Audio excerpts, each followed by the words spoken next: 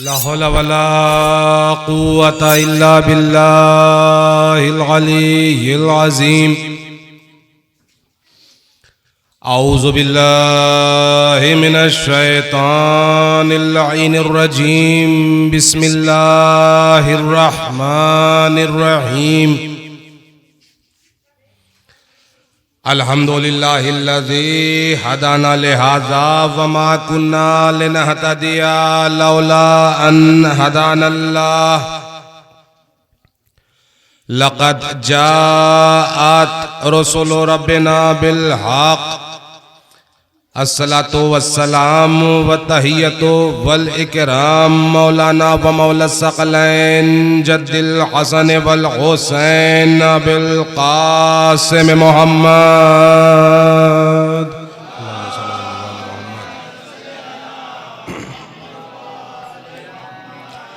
وآلہ الطیبین الطاہرین المعصومین المظلومین وَلَعْنَةُ اللَّهِ عَلَىٰ أَعْدَائِهِمْ أَجْمَعِينَ. أما بعد فقد قال رسول الله صلی اللہ علیہ وآلہ وسلم فاطمة بضعة مني من آذاها فقد آذاني. صلوات پڑھیں عظمت آل محمد پر.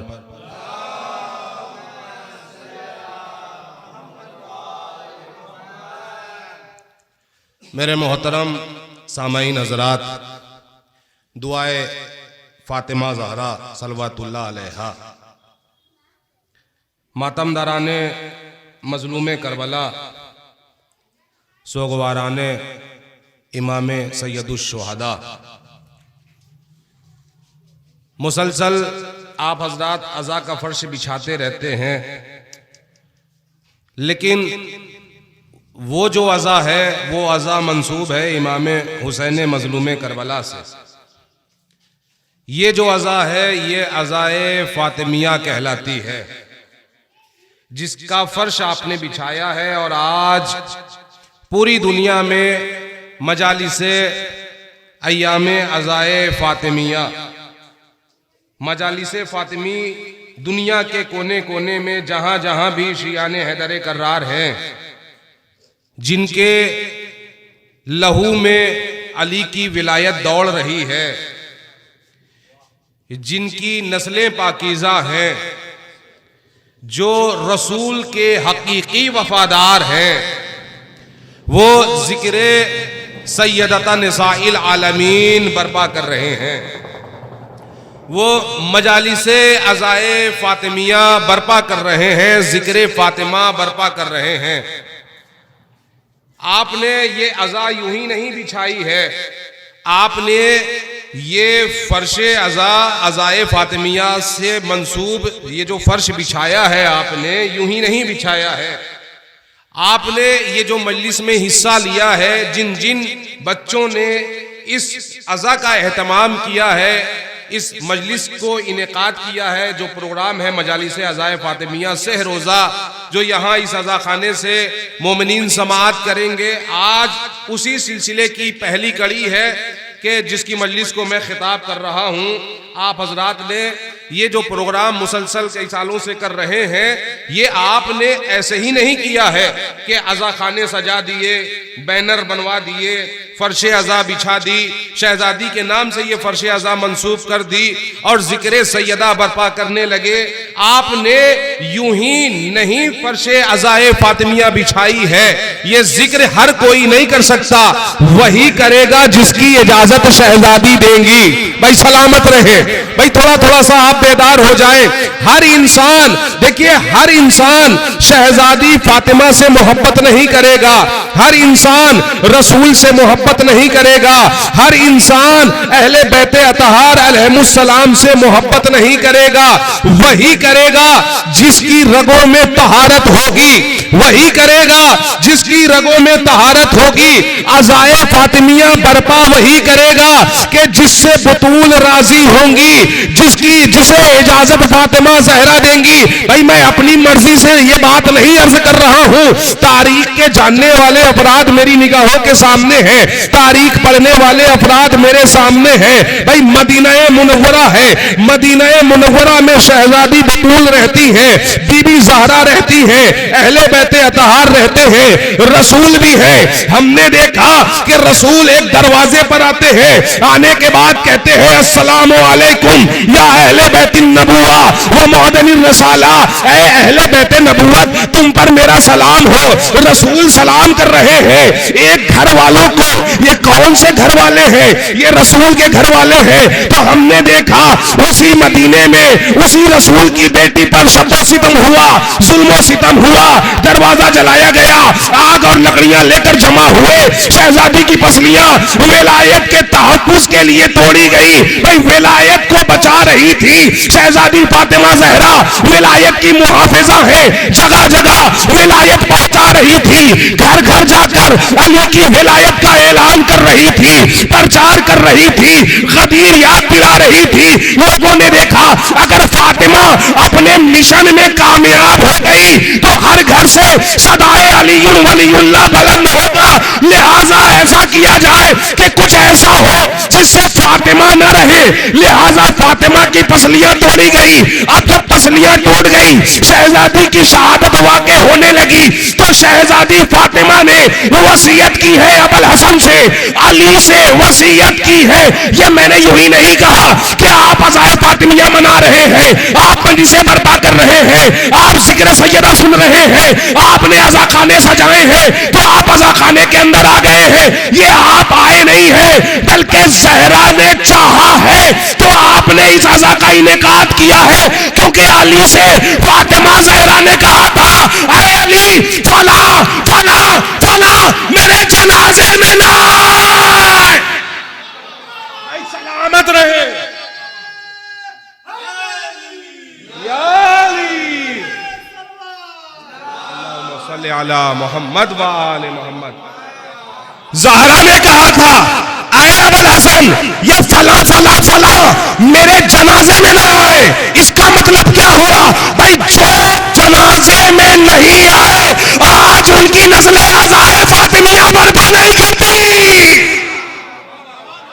یعنی زہرا جسے چاہیں گی وہی سزا میں آئے گا، زہرا جسے چاہیں گی جس کا انتخاب کر لیں گی، اب وہ چاہے اہل سنت ہو یا وہ شیعہ ہو، چاہے وہ اہل بیت اطہار علیہ السلام سے محبت کرنے والے کسی بھی مذہب میں ہوں۔ بھائی دیکھیے محبت کرنا اہل بیت اطہار سے یہ ضروری نہیں ہے کہ شیعہ ہی محبت کرے گا، توجہ، یہ ضروری نہیں ہے کہ شیعہ ہی محبت کرے گا، بلکہ اہل بیت اطہار علیہ السلام کی محبت جو ہے وہ نسلوں میں سفر کرتی ہے۔ اور ہم یہ دیکھتے ہیں کہ کہیں کہیں ایسا ہوتا ہے کہ اندھیرے میں روشنی دکھائی دیتی ہے، کہیں کہیں ایسا ہوتا ہے کہ نسب اچھا نہیں ہوتا تو حسب اچھا ہوتا ہے، کہیں کہیں ایسا ہوتا ہے کہ کیچڑ میں کھمل کھل جاتا ہے۔ بھائی ہم نے دیکھا کہ یزید نے ظلم کیا، یزید نے ظلم کیا، آل رسول کو قتل کیا، بے دردی کے ساتھ مارا، بے جرم و خطا مارا۔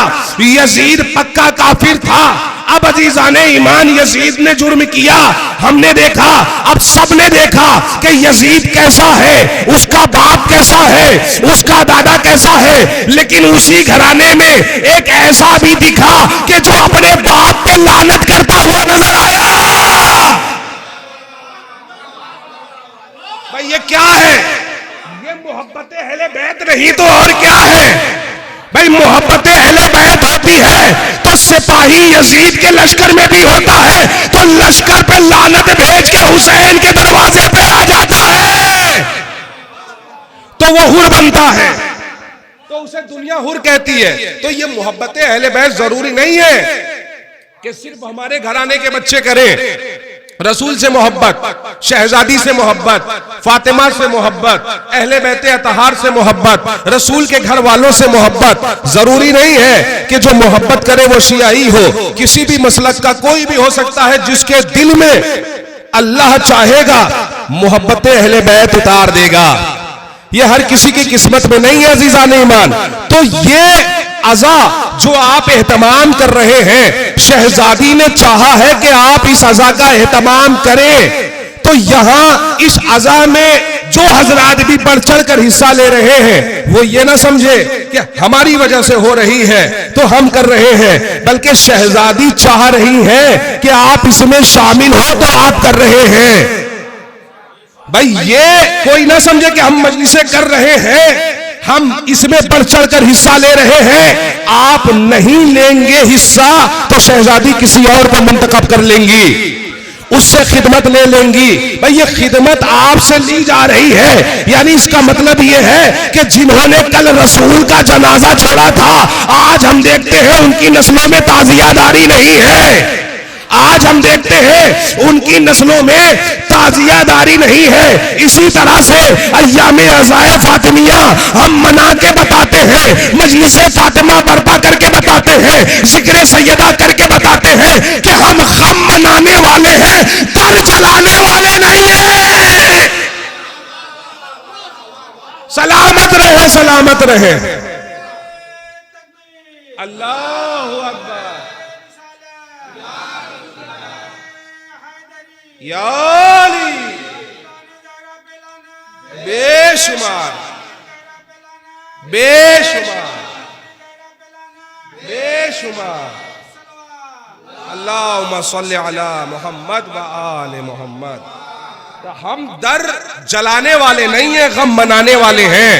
یہ عزا کا اہتمام کر کے ہم بتا رہے ہیں کہ ہم شہزادی کا غم منانے والے ہیں، در جلانے والے نہیں ہیں. اب لوگ پریشان ہیں، حیران ہیں کہ بھیا یہ شیعہ قوم کو کوئی سمجھ نہیں سکتا. کہا کیا ہوا؟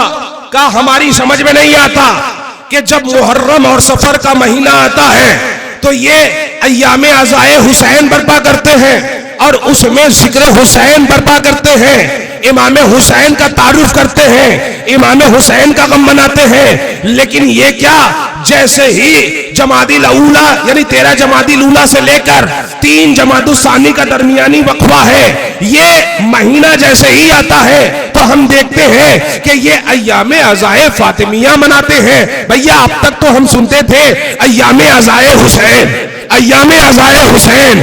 اب سن رہے ہیں ایام عزائے فاطمیہ. دشمن حیران ہے، دشمن پریشان ہے، لوگ حیران ہیں، لوگ پریشان ہیں کہ بھیا انہیں ہوا کیا ہے. کل تک یہ عزائے حسین منا رہے تھے، آج عزائے فاطمیہ منا رہے ہیں. کل حسین کا ذکر کر رہے تھے، آج زہرا کا ذکر کر رہے ہیں. لفظوں کو بدل کر یہ کہوں کہ کل بیٹے کا ذکر کر رہے تھے، آج ماں کا ذکر کر رہے ہیں. بھائی دنیا والے حیران ہیں، پریشان ہیں کہ آخر وجہ کیا ہے. تو ہم نے کہا بھیا تمہیں پریشان ہونے کی ضرورت نہیں ہے، ہم تمہیں بتا دیتے ہیں کہ ایام عزائے حسین کیا ہے اور ایام عزائے فاطمیہ کیا ہے. سنو، ہم ایام عزائے حسین منا کے دنیا والوں کو بتاتے ہیں کہ حسین کون ہے اور حسین کا قاتل کون ہے، حسین کا قاتل یزید کون ہے. اور ایام عزائے فاطمیہ منا کے دنیا والوں کو بتاتے ہیں کہ یزید کو یزید بنانے والے کون ہیں.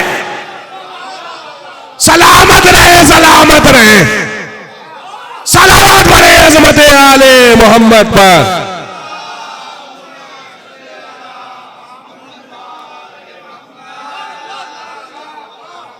بھیا یہ مجلسیں برپا کر کے، یہ ذکر برپا کر کے ہم بتاتے ہیں امام حسین کی عزا منا کے کہ یزید کون تھا، اور عزائے فاطمیہ برپا کر کے بتاتے ہیں کہ یزید کو یزید بنانے والے کون تھے. ایک ظالم کو تخت خلافت دینے والے کون تھے، ایک کافر کو تخت خلافت دینے والے کون تھے، ایک کافر کو اپنا رہبر کہنے والے کون تھے. یہ عزائے فاطمیہ ہے، عزائے فاطمیہ. اور عزیزان ایمان یہ ذکر سیدہ ہے، ذکر شہزادی فاطمہ ہے، جس کے لیے رسول نے ارشاد فرمایا فاطمہ بضعۃ منی، فاطمہ میرا ٹکڑا ہے. کون کہہ رہا ہے؟ وہ رسول کہہ رہا ہے کہ جو طٰہٰ ہے، وہ رسول کہہ رہا ہے کہ جو یاسین ہے، وہ رسول کہہ رہا ہے کہ جو مدثر ہے. وہ رسول کہہ رہا ہے کہ جو اپنی مرضی سے کوئی کلام نہیں کرتا، وما ينطق عن الهوى کا پہرا اس کی زبان پر لگا ہوا ہے، یہ اپنی مرضی سے کوئی کلام نہیں کرتا، یہ وہی کہتا ہے جو وہی کہتی ہے، جو پروردگار کی مرضی ہوتی ہے یہ وہی کلام کرتا ہے، اپنی مرضی سے کوئی کلام نہیں کرتا۔ اب ذرا تصور کریں رسول کیا کہہ رہے ہیں، یہ وہ رسول ہے کہ جو اپنی مرضی سے کوئی کلام نہیں کرتا بلکہ خدا کی مرضی سے کلام کرتا ہے۔ کیا کہہ رہا ہے کہ فاطمہ بضعۃ منی، فاطمہ میرا ٹکڑا ہے، من آذاہا فقد آذانی، جس نے اسے اذیت پہنچائی اس نے مجھے اذیت پہنچائی۔ بھائی دوسری جگہ روایت میں وارد ہوا ہے کہ فاطمہ بضعۃ منی من اغضبہا فقد اغضبنی، جس نے اسے غضبناک کیا اس نے مجھے غضبناک کیا، اور جس نے مجھے غضبناک کیا اس نے پروردگار کو غضبناک کیا۔ اب عزیزان ایمان، اللہ کی نظر میں، قرآن کی نظر میں جو فاطمہ کو اذیت دے وہ کیا ہے؟ تو آئیے سورہ احزاب دیکھیے، سورہ احزاب کی 57 نمبر کی آیت ہے۔ اللہ کہہ رہا ہے کہ ان الذین یؤذون اللہ ورسولہ لعنہم اللہ فی الدنیا والآخرہ، کہ بے شک وہ کہ جو اللہ اور اس کے رسول کو اذیت دے اللہ اس پر دنیا میں بھی لعنت کرتا ہے اور آخرت میں بھی لعنت کرتا ہے۔ اللہ ان پر دنیا میں بھی لعنت کر رہا ہے اور آخرت میں بھی لعنت کر رہا ہے، اور ان کے لیے رسوا کر دینے والا عذاب ہے۔ کیسا عذاب ہے؟ رسوا کر دینے والا عذاب، جو انہیں دنیا میں بھی ذلیل کرے گا اور آخرت میں بھی ذلیل کرے گا، دنیا میں بھی رسوا کرے گا اور آخرت میں بھی رسوا کرے گا۔ رسول کہہ رہے ہیں کہ فاطمہ بضعۃ منی، فاطمہ میرا ٹکڑا ہے، جس نے اسے اذیت دی اس نے مجھے اذیت دی، اور جس نے مجھے اذیت دی اس نے خدا کو غضبناک کیا۔ بھائی حدیث ہے، اور یہ حدیث ہم نے اپنی کتابوں سے نہیں لی ہے بلکہ اہل سنت کی معتبر کتاب صحیح مسلم، صحیح بخاری میں یہ روایت موجود ہے، یہ حدیث موجود ہے اور صحیح اسناد کے ساتھ موجود ہے، وارد ہوئی ہے۔ اس سے کوئی انکار نہیں کر سکتا کہ شہزادی فاطمہ کے لیے رسول یہ ارشاد فرماتے تھے بارہا کہ دنیا والے فاطمہ کو پہچان لیں کہ فاطمہ کون ہے، فاطمہ میرے جگر کا ٹکڑا ہے، فاطمہ جزو رسالت ہے، یعنی جو کمال رسول کا ہے وہی کمال بطول کا ہے، جو کمال موجود ہے فاطمہ رسول کے اندر وہی کمال فاطمہ کے اندر ہے۔ بھائی ایک سیب کا ٹکڑا ہو، ایک سیب کو بیچ سے آدھا آدھا کر دیا جائے تو ایسا تو ہوگا نہیں کہ ایک سیب کا حصہ میٹھا ہو اور ایک سیب کا حصہ کڑوا ہو، ایسا نہیں ہوگا، بلکہ جو خصوصیت اس سیب میں ہوگی اس حصے میں وہی خصوصیت دوسرے حصے میں بھی ہوگی۔ رسول بتا رہے ہیں کہ فاطمہ مجھ سے جدا نہیں ہے، یہ بار بار تعارف کرا رہے ہیں چونکہ رسول جانتے ہیں کہ میرے بعد زمانہ کیسا آنے والا ہے، میرے چلے جانے کے بعد یہ معاشرہ کیسے تبدیل ہونے والا ہے۔ عزیزان ایمان، بار بار رسول کہہ رہے ہیں فاطمہ تو بضعۃ منی، فاطمہ میرا ٹکڑا ہے، جزو رسالت ہے، فاطمہ جس نے اسے اذیت دی اس نے مجھے اذیت دی۔ اب رسول ہی سے سوال کرتے ہیں یا نبی اللہ، جو آپ کو اذیت دے وہ آپ کی نظر میں کیا ہے؟ تو اب عزیزان ایمان تاریخ جاننے والے افراد موجود ہیں، یہ روایت میں اپنی طرف سے نہیں پیش کر رہا ہوں بلکہ معتبر کتابوں سے میں پیش کر رہا ہوں جسے آپ سماعت کر رہے ہیں۔ بھائی جو رسول کو اذیت دے وہ ہماری نگاہ میں نہیں بلکہ بارگاہ رسالت میں، رسالت کی نظروں میں وہ آخر ہے کیا؟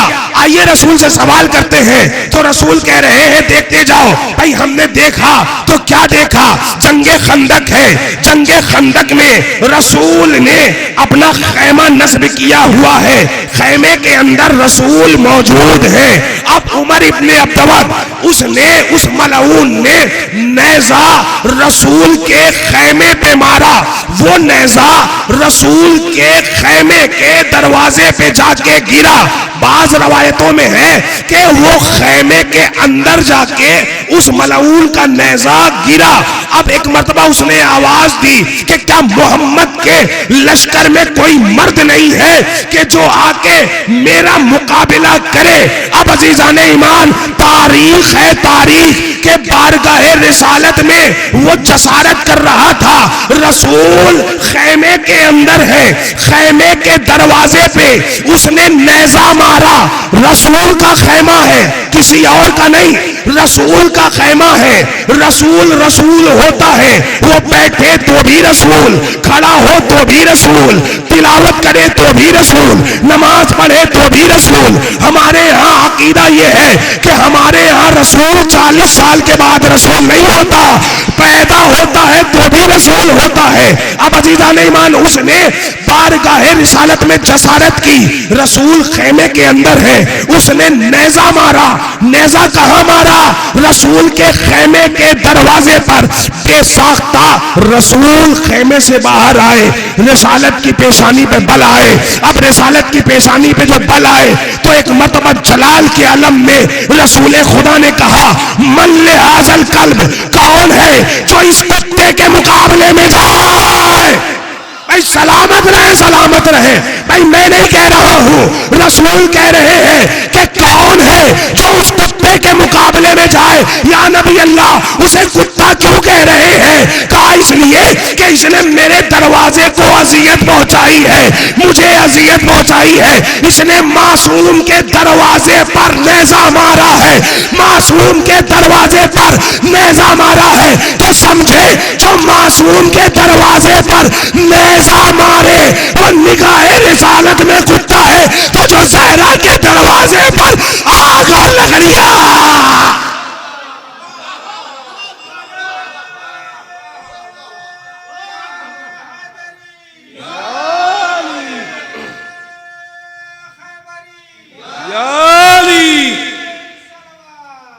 اللہم صلی علی محمد و آل محمد. بھائی رسول بتانا یہ چاہ رہے ہیں. رسول نے پہلے ہی کہا فاطمہ بذات منی، فاطمہ میرا ٹکڑا ہے. اس کا مطلب یہ ہے کہ جو کچھ رسول کے اندر ہے وہ فاطمہ کے اندر ہے.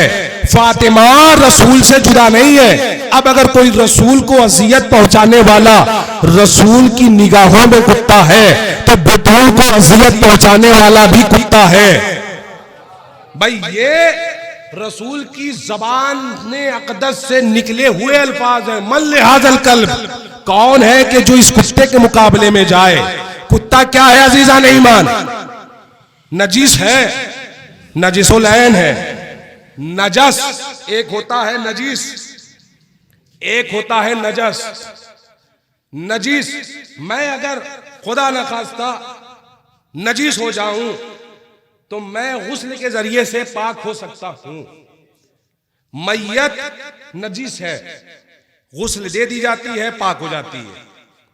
یعنی نجس چیز کو پاک کیا جا سکتا ہے لیکن نجس پاک نہیں کیا جا سکتا. نجس جیسے خنزیر، نجس جیسے کلب. خنزیر قرآن میں ہے، خنزیر نجس العین ہے، نجس ہے، نجس جسے قیامت تک پاک نہیں کیا جا سکتا. کتا نجس ہے، قیامت تک کوئی سمندر کے پانی سے غسل دیتا رہے نجاست میں اضافہ ہوتا چلا جائے گا، پاک نہیں ہو سکتا. کتا پاک نہیں ہو سکتا، کوئی قیامت تک نہلاتا رہے وہ پاک نہیں ہو سکتا. صاحب کیوں؟ اس لیے کہ وہ نجس ہے، نجس نہیں ہے. اب قرآن کی آیت ہے انما المشرکون نجسون، بے شک یہ مشرکین جو ہے یہ نجس ہے، نجس نہیں ہے. اب عزیزان ایمان مثال کے طور پر میں نجس ہوں، میں اگر نجس ہوں، میں نے مبشر بھائی کو یا محمد علی کو یا جاوید صاحب کو سلام کر لیا تو کیا میری نجاست کی وجہ سے یہ مجھے سلام کا جواب نہیں دیں گے؟ تو آپ کہیں گے صاحب کمال کرتے ہیں، آپ نجس ہیں بھائی، نجس سے اور سلام کے جواب میں کیا لینا دینا؟ آپ نے سلام کیا، آپ کی زبان طاہر ہے، آپ پاک ہیں، آپ اندر سے پاک ہیں، آپ نے سلام کیا، انہوں نے جواب دے دیا۔ بھائی سلام کا جواب ہے واجب، سلام کرنا ہے سنت۔ بھائی اگر کوئی نجس ہو جائے اور وہ کسی کو سلام کر لے تو سلام کرنا سنت ہے، سلام کا جواب دینا واجب ہے۔ اب عزیزان ایمان، شہزادی زہرا نے بتایا ہے کہ معاشرے میں نجس کون ہے، معاشرے میں نجس کون ہے۔ ہم نے دیکھا ہے کہ ایک ملعون شہزادی زہرا کو سلام کر رہا تھا، زہرا اس سے منہ موڑ رہی تھی، اس کے سلام کا جواب نہیں دے رہی تھی۔ اس کا مطلب یہ ہے کہ وہ چلتا پھرتا نجس تھا۔ صلوات پڑھے عظمت آل محمد پر۔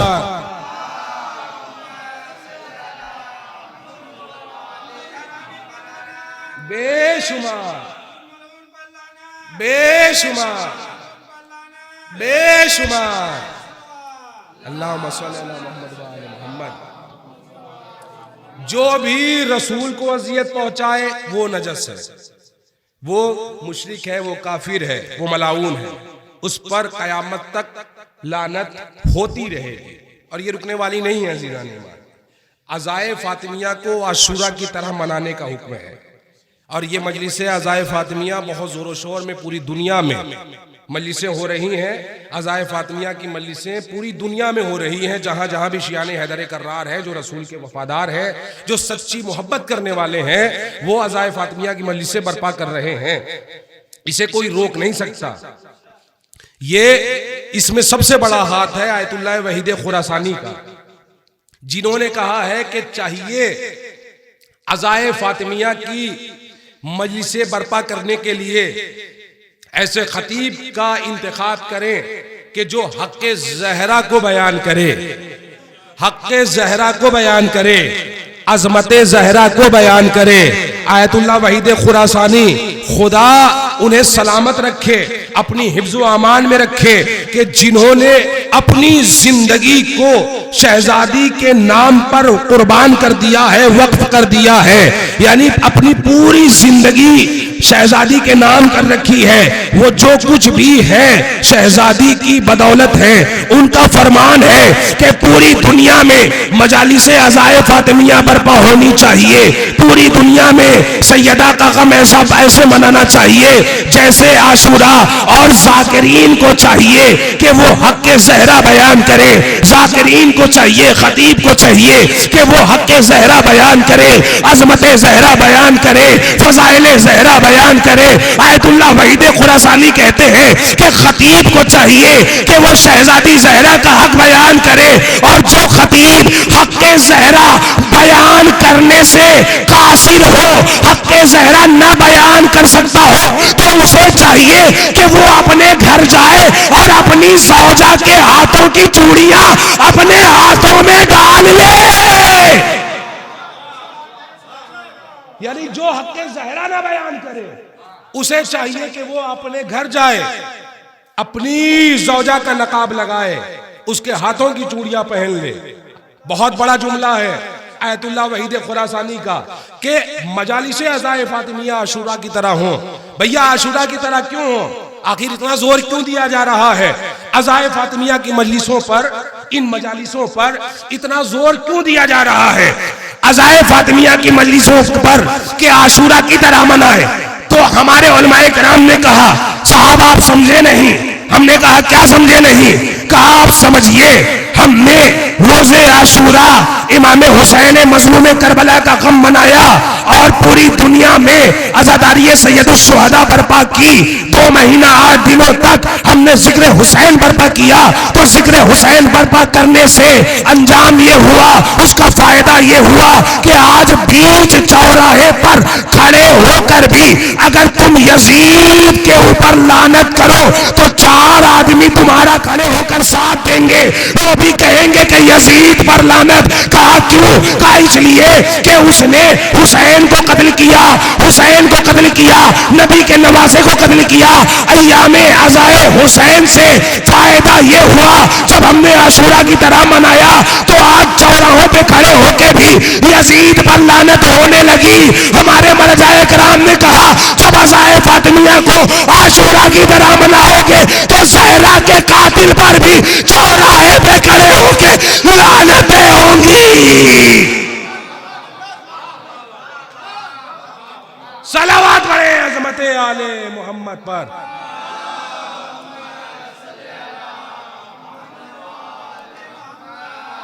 یعنی جس طرح سے ہم نے یزید کو بے نقاب کیا عزائے امام حسین برپا کر کے، اسی طرح سے عزائے فاطمہ زہرا، مجالس عزائے فاطمیہ جب ہم عام کریں گے، جیسے آج کوئی یزید کا ہمدرد دکھائی نہیں دیتا، کوئی بھی باپ اپنے بیٹے کا نام یزید رکھنے پر آمادہ نہیں ہے. صاحب سے پوچھئے کیوں بھیا، کیوں آپ اپنے بیٹے کا نام یزید کیوں نہیں رکھتے؟ کہا اس لیے کہ وہ کافر تھا، کہا اس لیے کہ وہ ظالم تھا، اس لیے کہ اس نے نواسۂ رسول کو قتل کیا، اس لیے کہ لعنت اس کا مقدر بن گئی. وہ لعنتی ہے، قیامت تک اس پر لعنتیں ہوتی رہیں گی. دنیا میں بھی لعنت ہوگی، آخرت میں بھی لعنت ہوگی. ہم اس پر لعنت بھیجتے ہیں، ہم اس کا نام اپنے بیٹے کا نام نہیں رکھ سکتے. تو بھیا یزید کو پہچانوایا کس نے؟ مجالس امام حسین نے. ان مجلسوں نے بتایا ہے کہ یزید کون تھا، ان مجلسوں نے بتایا ہے کہ یزید کا جرم کیا تھا، ان مجلسوں سے لوگوں نے جانا ہے کہ یزید کتنا بڑا ظالم تھا.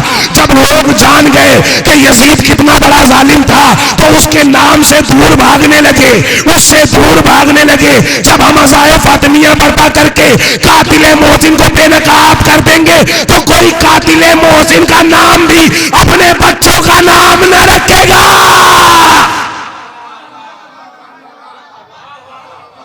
بھائی سلامت رہے، سلامت رہے.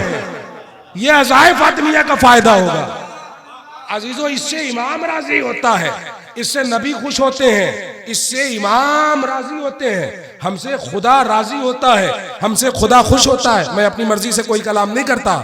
بہار الانوار میں جلد نمبر 3 میں یہ روایت موجود ہے کہ امام جعفر صادق الصلاۃ والسلام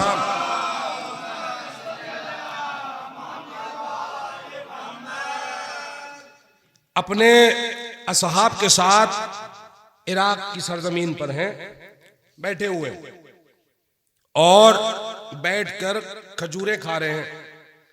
دوستو احباب ہیں، اصحاب ہیں. اسی اثناء میں ایک صحابی حیران و پریشان، چہرے پر اضطرابی کیفیت لیے ہوئے حاضر ہوا امام کی خدمت میں. امام نے جیسے دیکھا کہ ایک صحابی آ رہا ہے، چاہنے والا آ رہا ہے، تو ابھی دور ہی تھا.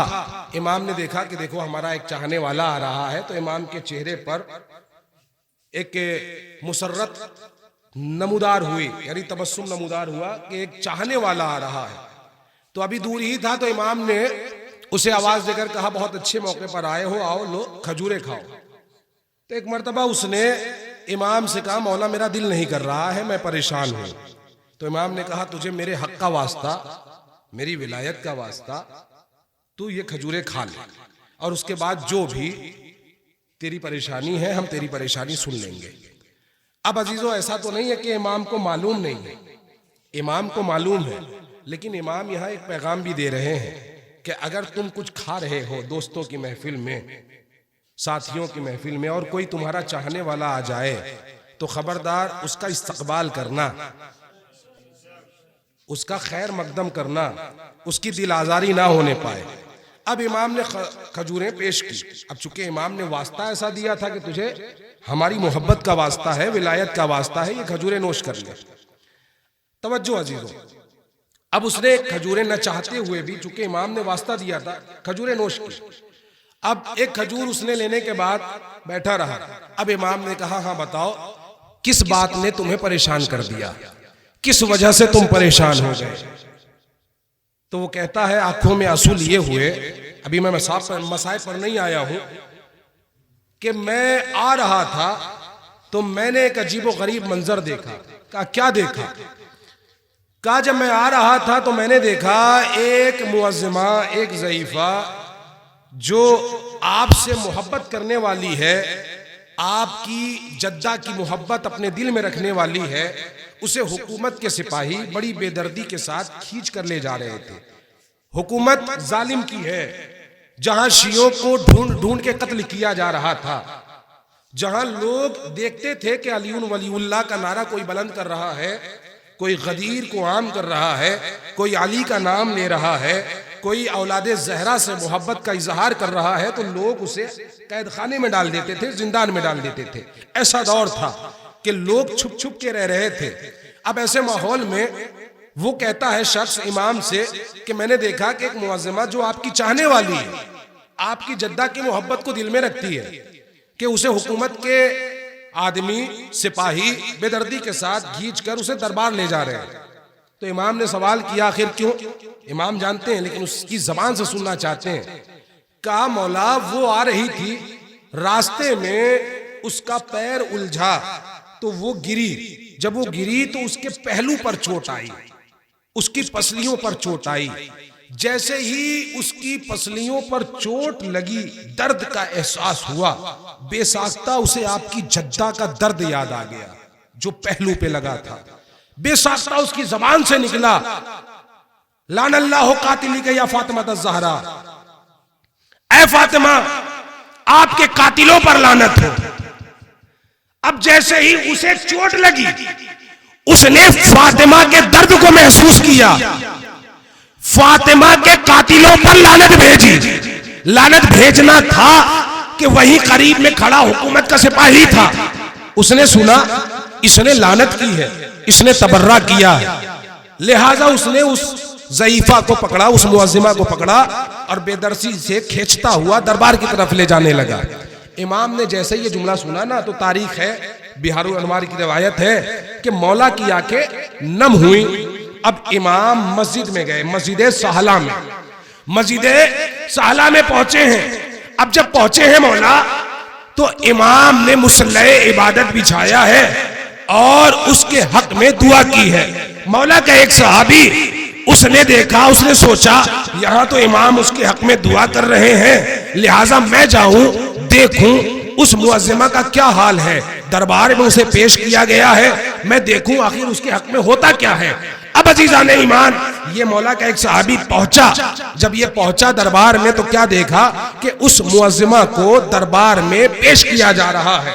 اب عزیزو جیسے ہی دربار میں قاضی کے پاس پیش کیا گیا، حاکم تخت پر بیٹھا ہوا ہے اور مولا کا صحابی دور سے یہ منظر دیکھ رہا ہے۔ سپاہی سے حاکم نے سوال کیا بھائی اس ضعیفہ کو کیوں لائے ہو؟ کہا اس لیے لائے ہیں کہ اس نے تبرہ کیا ہے، چوراہے پہ کھڑے ہو کے لعنت کی ہے۔ کہا کس پر لعنت کی ہے؟ کسی کا نام لیا ہے؟ کہا نہیں۔ کہا پورا واقعہ بتاؤ ہوا کیا تھا؟ ضعیفہ نے کہا مجھے چوٹ لگی تو مجھے میری شہزادی یاد آئی تو میں نے کہا بی بی زہرا آپ کے قاتلوں پر لعنت، آپ کو ستانے والوں پہ لعنت۔ ایک مرتبہ حاکم نے جیسے ہی یہ جملہ سنا، اب دیکھیے ادھر امام مصلی پہ ہے نا، مصلی پہ دعا کر رہے ہیں، اب ایسا کیسے ہو سکتا ہے کہ امام دعا کرے اور عقل تبدیل نہ ہو؟ بھائی سلامت رہے، ادھر مصلی پہ امام دعا کر رہے ہیں نا، امام دعا کر رہے ہیں کس کے حق میں؟ اس معظمہ کے حق میں۔ اب اس نے پورا ماجرا سنا، حاکم نے، عقل تبدیل ہوئی۔ کل تک بغض اہل بیت دل میں بھرا ہوا تھا، علی کے چاہنے والوں کا دشمن تھا، جان جاتا تھا کہ یہ علی کا چاہنے والا ہے تو قید خانے میں ڈلوا دیتا تھا۔ یہ سننے کے بعد کہتا ہے تو کون سا اس معظمہ نے غلط کیا ہے؟ بھیا بی بی کو ستایا تھا، جس نے بھی ستایا اس کے اوپر اس نے لعنت کی ہے، نام تو لیا نہیں ہے، ایسا ہے اسے جانے دو، ایسا ہے اسے جانے دو۔ بھیا اس نے نام تو لیا نہیں ہے، اس نے ظالم پہ لعنت کی ہے، اس نے نام لیا نہیں ہے، اسے جانے دو، اسے آزاد کر دو۔ اچھا دیکھو ہمارے آدمی نے اسے ستایا ہے، ہمارے آدمی نے اس کے اوپر ہاتھ اٹھایا ہے، لہٰذا اسے جرمانے کے طور پہ تاکہ اس کی دل آزاری نہ ہو 200 درہم دیا جائے، 200 درہم اسے انعام دیا جائے۔ ایک مرتبہ اس معظمہ کی خدمت میں وہ 200 درہم پیش کیا جانے لگا۔ معظمہ نے کہا مجھے تیرے 200 درہم نہیں چاہیے، بس میں جا رہی ہوں، خدا حافظ۔ اس نے 200 درہم کو ٹھکرا دیا، جبکہ تاریخ کہتی ہے کہ اسے سخت ضرورت تھی، وہ ضرورت مند تھی، اس کے گھر میں کئی دنوں سے فاقے ہو رہے تھے، محتاج تھی، امام ہی کی خدمت میں جا رہی تھی، دربار سے باہر نکلی۔ اب وہ صحابی کہ جو امام کا بھیجا ہوا قاصد تھا، صحابی تھا، جو دیکھ رہا تھا کہ آخر اس معظمہ کے ساتھ ہوتا کیا ہے، تو ایک مرتبہ وہ باہر جیسے ہی معظمہ نکلی تو اس نے معظمہ کا راستہ روک لیا، راستہ روک کے سلام کیا، اس معظمہ نے جواب دیا، اس نے اپنا تعارف کرایا، تعارف کرانے کے بعد کہتا ہے کہ میں امام جعفر صادق کی خدمت سے آ رہا ہوں، تجھے معلوم ہے کہ اس شقیق القلب نے، اس ملعون نے اتنی آسانی سے تجھے کیسے رہائی دے دی؟ کہا کیسے؟ کہا میں نے تجھے دیکھا تھا کہ تیرے ساتھ زیادتی ہو رہی ہے، ظالم تیرے ساتھ ظلم کر رہا ہے، مجھے خوف ہوا کہ کہیں تجھے قتل نہ کر دیا جائے، جہاں شیعان حیدر کرار کو قتل کیا جا رہا تھا وہاں تو نے تبرہ کیا ہے، تو مجھے ڈر تھا کہ کہیں تجھے قتل نہ کر دیا جائے، لہٰذا میں نے تیری حالت دیکھ کر امام کو بتائی۔ جیسے ہی امام نے تیرے بارے میں سنا، جب سے سنا، امام نے تیرے حق میں دعا کرنا شروع کر دی۔ اللہ اکبر! امام نے تیرے حق میں دعا کرنا شروع کر دی، تو یہ امام کی دعا کا اثر ہے کہ اس کی عقل تبدیل ہو گئی اور اس نے تجھے آزاد کر دیا۔ اب جیسے ہی اس معظمہ نے سنا کہ امام نے میرے حق میں دعا کی ہے، فوراً آنکھوں سے آنسو آنے لگے اور کہا کہ میں امام کا دیدار کرنا چاہتی ہوں۔ امام کی خدمت میں آئی، قدموں پہ گر گئی، دستے ادب جوڑے، کہا مولا آپ کا شکریہ، آپ نے میرے حق میں دعا فرمائی تو آج مجھے زندگی مل گئی، آج میں آزاد ہو گئی۔ تو امام نے کہا وہ 200 درہم جو تمہیں دے رہا تھا وہ تم نے لیا کیوں نہیں؟ کہا مولا آپ کو معلوم ہے کہ وہ 200 درہم دے رہا تھا، کہا جو کچھ کائنات میں ہو رہا ہے ہم سب جانتے ہیں، بھائی سلامت رہے، جو کچھ بھی ہے اس کائنات میں کچھ بھی ہم سے پوشیدہ نہیں ہے۔ کہا تم نے ٹھکرا کیوں دیا؟ کہا مولا میں اس سے کیسے مدد لے سکتی ہوں جو آپ کی جنتا کا قاتل ہو، جو آپ کا دشمن ہو، میں اس سے مدد نہیں لے سکتی۔ ایک مرتبہ امام نے حکم دیا کہ اسے 200 درہم دیے جائے۔ اب امام کے پاس سے اس نے وہ تحفہ قبول کیا، امام کا شکریہ ادا کیا، شکریہ ادا کر کے یہ اپنے گھر چلی گئی۔ امام نے اس کے حق میں دعا کی۔ اب عزیزان ایمان، امام نے اس کے حق میں دعا کی۔ یہ کون ہے؟ یہ معظمہ ہے، شیعہ اثنا عشری ہے، امام کی چاہنے والی ہے، محبت اہل بیت اس کے دل میں ہے۔ اس کے زمانے کا امام کون ہے؟ اس کے زمانے کا امام ہے ہمارا چھٹا امام، امام جعفر صادق اس کے زمانے کے امام ہے۔ اس کے زمانے کا امام اس کے حق میں دعا کر رہا ہے، اس کے زمانے کا امام اس کے حق میں دعا کر رہا ہے۔ کیا کام اس نے ایسا کیا کہ جس کی وجہ سے اس کے زمانے کا امام اسے دعا دے رہا تھا؟ تو بھیا اس نے قاتل زہرا پہ لعنت کی تھی، قاتل زہرا پہ لعنت کی تھی۔ تو بھیا آپ بھی اس زمانے میں ہیں، اس زمانے کا امام ہے غیبت میں۔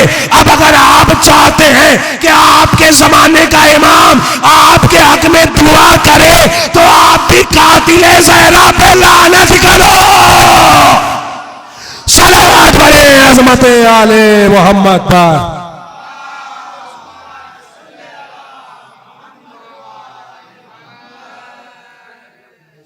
آپ اس زمانے میں ہیں، اگر آپ بھی زہرا کے قاتلوں پہ لعنت کریں گے، تبرہ کریں گے، تو اس سے امام آپ سے راضی ہوں گے، امام خوش ہوں گے۔ یہ مجالس عزائے فاطمیہ ہے، جس نے فاطمہ کو اذیت دی اس نے رسول کو اذیت دی، اور جس نے رسول کو اذیت دی اس نے خدا کو غضبناک کیا، اور جس نے خدا کو غضبناک کیا اس کا ٹھکانہ جو ہے وہ جہنم ہے، وہ پکا جہنمی ہے، اسے کوئی بچا نہیں سکتا۔ بس مجلس رحمت کو تمام کی میں نے، چونکہ دامن وقت میں گنجائش نہیں ہے، کل بھی مجلس ہونی ہے، اس کے بعد بھی مجلس ہونی ہے، اور مسلسل پوری بستی میں مجلس عزائے فاطمیہ ہو رہی اور آپ ماشاءاللہ شرکت کر رہے ہیں. مولا انہیں سلامت رکھے جو اس مجلس میں حصہ لیتے ہیں بڑھ چڑھ کر. مولا ان کی عبادتوں کو قبول کرے, ان کی شرکت کو قبول کرے. عزیزان ایمان, یہ ذکر فاطمہ ہے, ذکر سیدہ ہے, ذکر شہزادی عالمیان ہے جو ہم برپا کر رہے ہیں. یہ فاطمہ کا ذکر ہے, زہرا کا ذکر ہے. زہرا کون زہرا؟ کہ جو مصلی عبادت پر کھڑی ہوتی ہے تو اس کا نور زمین سے آسمان تک جاتا ہے. جیسے اہل زمین ستارے دیکھتے ہیں کہ ستارے چمک رہے ہیں, ویسے ہی اہل آسمان زمین کی طرف جب نگاہ کرتے ہیں تو زہرا کا نور دکھائی دیتا ہے, جس کی وجہ سے زہرا کو زہرا کہا جاتا ہے. زہرا کو زہرا اسی وجہ سے کہا جاتا ہے. عزیزان ایمان, فاطمہ کو فاطمہ کیوں کہا جاتا ہے؟ اس لیے فاطمہ کہا جاتا ہے کہ فاطمہ اپنے چاہنے والوں کو جہنم کی آگ سے بچائیں گی. میدان محشر میں جہاں سورج سوا نیزے پر ہوگا, اس نیزے یعنی اس سوا نیزے پر سورج جب آئے گا تو ذرا تصور کریں کہ تپش کتنی ہوگی. تو زہرا اپنے چاہنے والوں کو بچائیں گی. جس زہرا کے لیے عزیزان ایمان رسول نے جگہ جگہ تعارف کرایا تھا شہزادی فاطمہ زہرا کا کہ یہ فاطمہ ہے, اسے پہچان لو, یہ زہرا ہے, اسے پہچان لو.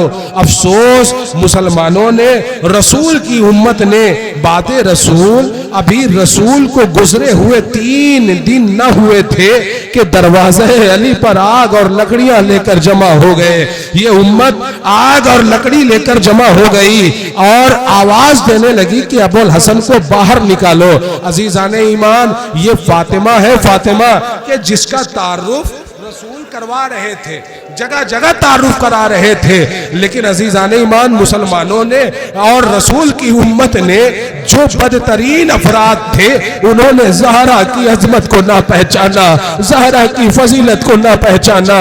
اللہ اکبر. عزیزان ایمان, یہ بہت بڑا غم ہے بی بی زہرا کا, جسے عزائے فاطمیہ کہا جاتا ہے. یہ عاشورہ کی طرح ہے عزیزان ایمان. عاشورہ میں اور عزائے فاطمیہ میں بڑا فرق ہے. کربلا کے میدان میں عزیزان ایمان ماؤں کے سامنے بچوں کو مارا گیا, لیکن عزائے فاطمیہ وہ عزا ہے کہ جہاں بچوں کے سامنے ماں کو مارا جا رہا تھا. اللہ اکبر. آپ کی آوازیں گریہ بلند ہو رہی ہے. خدا آپ کو کوئی غم نہ دے سوائے غم سید الشہداء کے. عزیزان ایمان, مرجع اکرام بڑا اس پر زور دیتے ہیں کہ آپ عاشورہ کی طرح منائیں. آیت اللہ وحید خراسانی کہتے ہیں اگر آپ کی ایک انگلی ٹوٹ جائے تو آپ کو بڑی تکلیف ہوتی ہے, آپ سے برداشت نہیں ہوتا. اگر انگلی کی ہڈی ٹوٹ جائے تو آپ سے برداشت نہیں ہوتا, آپ کروٹیں بدلتے رہتے ہیں, آپ تڑپتے رہتے ہیں. ذرا تصور کریں کہ نبی کی لاڈلی بیٹی کی پسلیاں ٹوٹی ہوئی تھی, ارے 95 دن تک یہ فاطمہ کیسے سانس لیتی رہی. اللہ اکبر. عزیزان ایمان, آگ اور لکڑیاں لے کر یہ امت جمع ہوئی ہے, آواز دے رہی ہے ابو الحسن کو باہر نکالو, ابو الحسن کو باہر نکالو, نہیں تو ہم دروازے کو آگ لگا دیں گے. شہزادی تحفظ کر رہی ہے ولایت کا, محافظہ ولایت ہے. دروازے پر آ گئی, دروازے پہ آئی. ایک مرتبہ ابو الحسن سے کہا ہے خبردار آپ کو دروازے پر نہ جانے دوں گی. عزیزوں, کسی کے شوہر کے اوپر اگر جان لیوا حملہ ہوتا ہے تو جو نیک بیویاں ہوتی ہیں نا, وہ اپنے شوہر کی حفاظت کے لیے گھر سے باہر بھی نکل جاتی ہیں. شہزادی زہرا امامت کا تحفظ کر رہی ہے. کہا ہے ابو الحسن خبردار دروازے پہ نہ آنا, دروازے پہ نہ آنا. اللہ اکبر. امام حسن یہ منظر دیکھ رہے تھے کہ میری ماں فاطمہ دروازے کے پاس آ کے کھڑی ہو گئی. باہر یہ ظالم ہاتھوں میں آگ اور لکڑیاں لیے ہوئے جمع ہے, دروازہ توڑنے کی کوشش کر رہے ہیں, دھمکی دی جا رہی ہے. کنفذ ملعون ہے اور بہت سے ملائین ہیں کہ جو ہاتھوں میں تازیانے لیے ہوئے ہیں, آگ اور لکڑیاں لیے ہوئے ہیں, دروازہ توڑنے کی کوشش کر رہے ہیں. زہرا پشت لگائے ہوئے دروازے سے کھڑی ہے کہ کوئی دروازہ توڑ نہ پائے. ایک مرتبہ زہرا نے سسکتی ہوئی آواز میں، سہمی ہوئی آواز میں آواز دی کہ کیا اس دروازے پر آگ لگا دو گے؟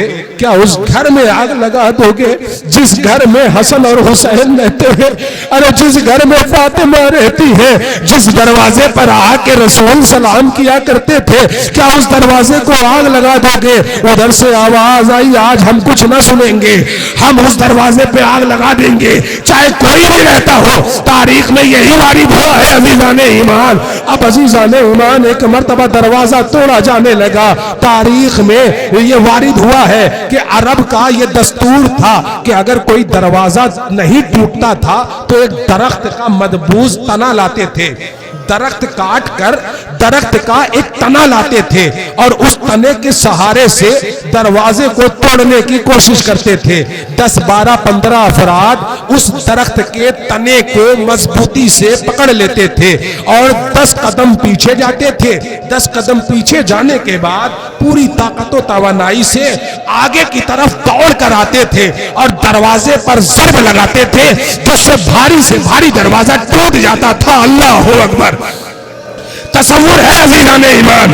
میں نقشہ کھینچنے کی کوشش کر رہا ہوں. اپنی سوچ کو ذرا مدینہ منورے لے جائیے، مدینے کی طرف لے جائیے. مدینے میں محلہ بنی ہاشم میں لوگ جمع ہیں، ہاتھوں میں درخت کا ایک مضبوط تنا ہے.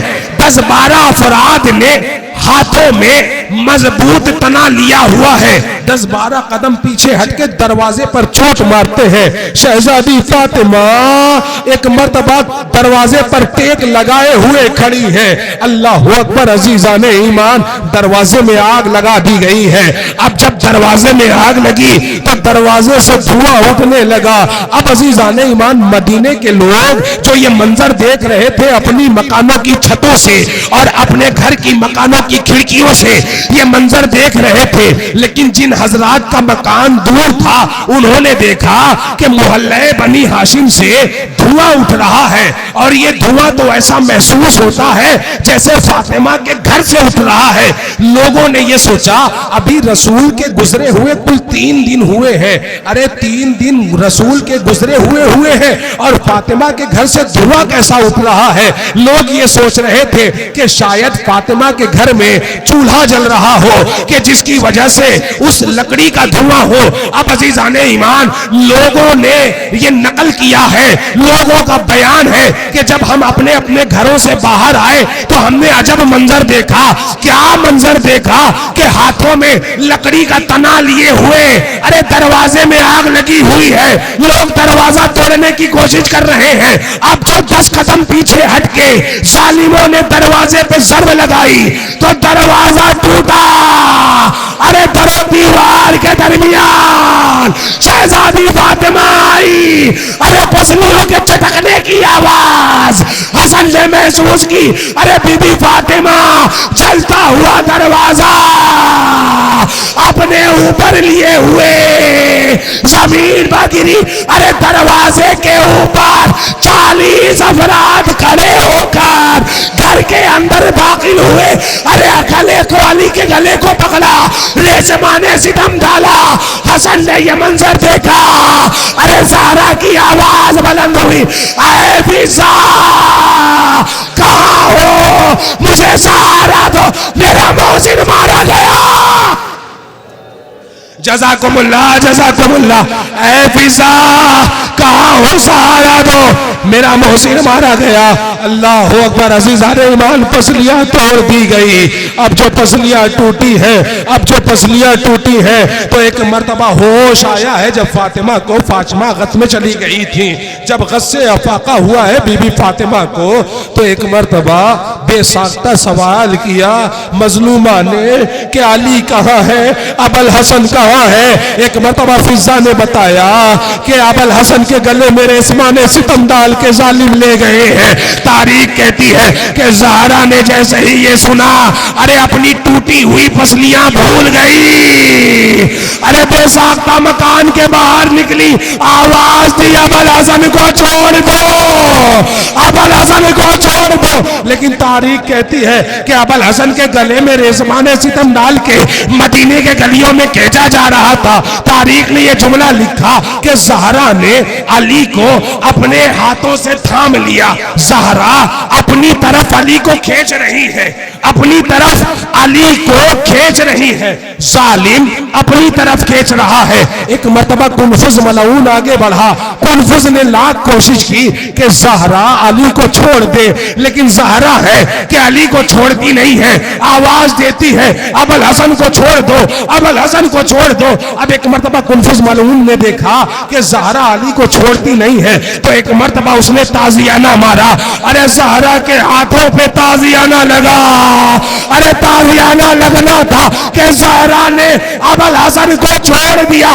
تمہیں معلوم ہے عزیزان ایمان کہ وہ تازیانہ کتنا شدید تھا. تاریخ کہتی ہے کہ جب بھی فاطمہ مصلی عبادت میں جاتی تھی تو مصلی پہ تسبیح دھرتی تھی, تو تسبیح کو داہنے ہاتھ سے نہیں تھامتی تھی بلکہ بائیں ہاتھ سے تھامتی تھی. فضا نے ایک دن سوال کر لیا, اے بی بی آپ داہنے ہاتھ سے تسبیح نہیں پکڑتی ہیں بلکہ بائیں ہاتھ سے تسبیح کو تھامتی ہیں.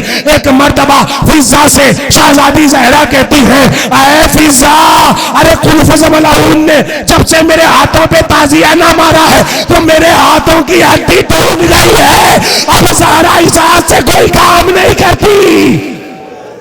جزاکم اللہ, جزاکم اللہ. خدا آپ کو کوئی غم نہ دے سوائے غم سید الشہداء کے. ہاں عزیزان ایمان, ایک مرتبہ شہزادی کا وہ وقت بھی آیا کہ جب بی بی نے فضا سے کہا, اسما سے کہا کہ میرے بچوں کو کھانا کھلا دینا, میں حجرے میں جا رہی ہوں اور حجرے میں عبادت کر رہی ہوں, جب تلک میری آواز آئے سمجھ جانا کہ میں اس دنیا میں ہوں, جب میری آواز آنا بند ہو جائے تو سمجھ جانا کہ میں بارگاہ اہدیت میں پہنچ گئی ہوں, اپنے بابا سے ملاقات کر لی ہے میں نے. اب عزیزان ایمان ایک مرتبہ ابوالحسن اور مولا امام حسن و حسین مسجد نبوی میں ہے کہ ادھر زہرا اپنے حجرے میں گئی ہیں, تسبیح و تقدیس کی آواز آ رہی ہے کہ ایک مرتبہ زہرا کی آواز آنا بند ہو گئی.